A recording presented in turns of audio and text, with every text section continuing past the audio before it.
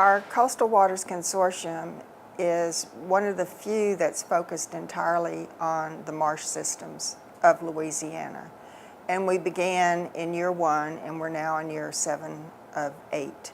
So we have a long-term data set that is incomparable to any other data set for the marshes following the Deepwater Horizon oil spill. So we're finding out a lot about degradation of oil and how it affects the ecosystem and how it affects individual organisms.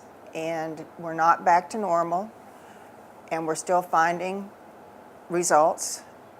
And for instance, we just found some fresh oil in the marsh. Yesterday, I think our researcher was out there, so it's not all gone yet. We have about 12 to 16 investigators, and they're all working on something different. But for instance, we have somebody who's doing modeling of the nearshore circulation, and he demonstrated the turn in the oil into the Mississippi Bight and then how it got into Barataria Bay, and they're extending that to do sediment transport. And we just know a whole lot more about circulation in that part of the Gulf. We know that some of the hydrocarbons have degraded. There was a peak, certainly after the oil spill and then after Hurricane Isaac when it was redistributed, so we found more in some areas. We've clearly demonstrated that oiled marshes that are severely oiled, they erode, and there's nothing to measure anymore because the marsh is gone. We found oil incorporated into feathers and blood of marsh residents like the seaside sparrows. And we've also looked at greenhouse gas fluxes and some natural marsh processes, and we found there's a lot of variability. It's not obvious what normal is beforehand, and even though I would say we're seeing no real effect, knowing there's no effect is just as important as if you do know there's an effect. We have a better understanding of a large event. This isn't a pipeline break or a barge spill. This is a major event, and so we now know so much more about this sort of event than we did before, especially with oil degradation and areas that were severely oiled versus areas that were not as severely oiled. So we know, I think we know what to expect in the future if something like this happens again.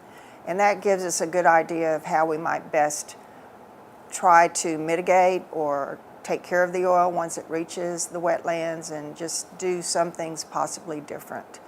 So that's one of the big pluses of this data set that we're doing. The results of this research are not ours, but people did look at how to clean the marsh, to burn, to not to burn, leave it alone, scrape it off mechanically, use hand rakes, and then whether you replant it or don't replant it. And the ones that were mostly cleaned with human love and planted are the ones that did the best. And the mechanical cleanup sometimes would damage the marsh more than you would if you had just left it alone. And burning is not good because then it makes a thick tar substance at the base of the stems, and that's not good. And as far as restoration, our group has done a food web study of how the system actually functions.